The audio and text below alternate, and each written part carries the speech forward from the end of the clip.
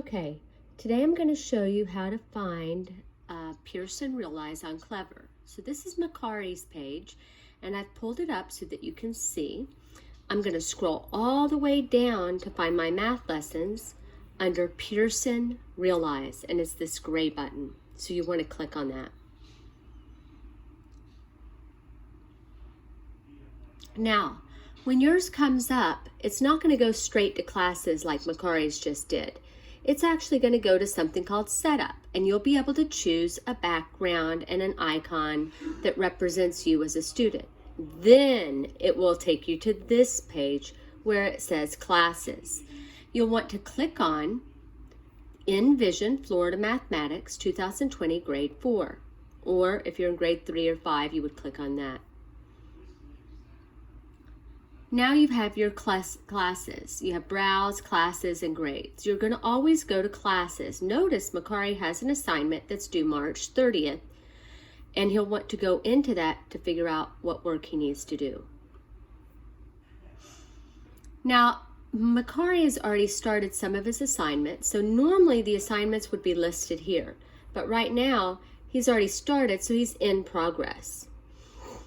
So he's doing Understanding Angle Unit 15.2. I'm going to click on that. And this is what yours would look like when all your assignments you have to do for a certain lesson. Now his say in progress, because I think I've opened this before, but you can check each one and I'm going to show you a little bit about it. This is the Interactive Student Edition. And on the Interactive Student Edition, you will be able to use computer tools to write on the screen. Notice over here you have your computer tools. Now right now I'm doing a pad mouse where I'm using my finger. If you have a real mouse, it's much easier to write on these pages. But you can click your tool, color, and you'll be able to respond on this page.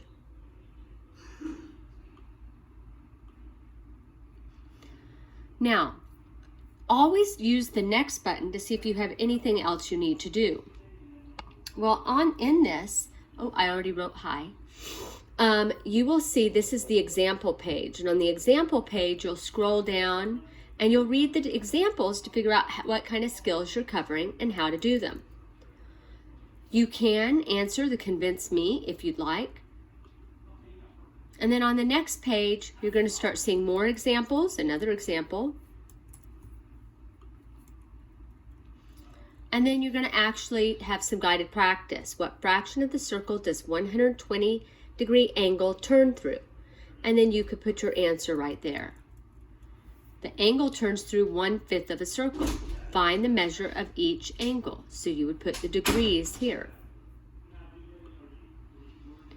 And finally, the back page, which I already circled an answer. I don't think it's right, but I wanted to show you how you can write on the screen. And it does save the work. So right now I'm going to go to a different practice, the visual learning. Now the visual learning is really cool because it gives you a robot that teaches you the lesson.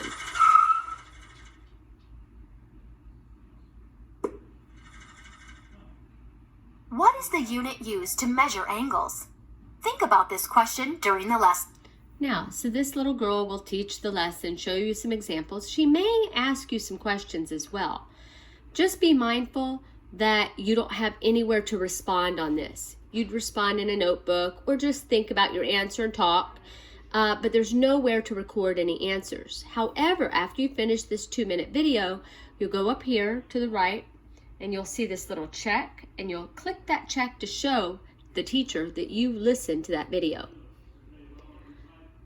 The next part is called Buddy Practice, and it's actually like a little quiz or a little practice where you're going to put your answers. It says, find the measure of the angle. The angle turns through 1/8 of a circle. The measure of the angle is blank degrees. So here's a picture, and that is supposed to be 1/8 of the circle, and you have to figure out how many degrees is that. So, well, I know that a circle has 360 degrees. I could divide that by 8, and that would give me 1/8. Now, say I'm confused. I can go to Question Help and view an example. And if you continue, it will give you more regarding that on how to solve a similar problem. So I like that feature.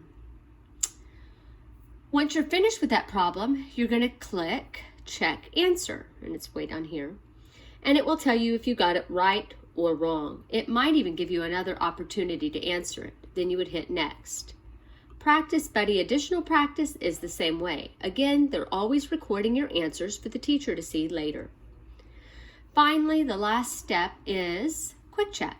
And make sure you know what you're doing before you do your Quick Check, because the teacher's going to see your score on this, and you want to do the best you can. So you might want to go back and review in the student edition the examples.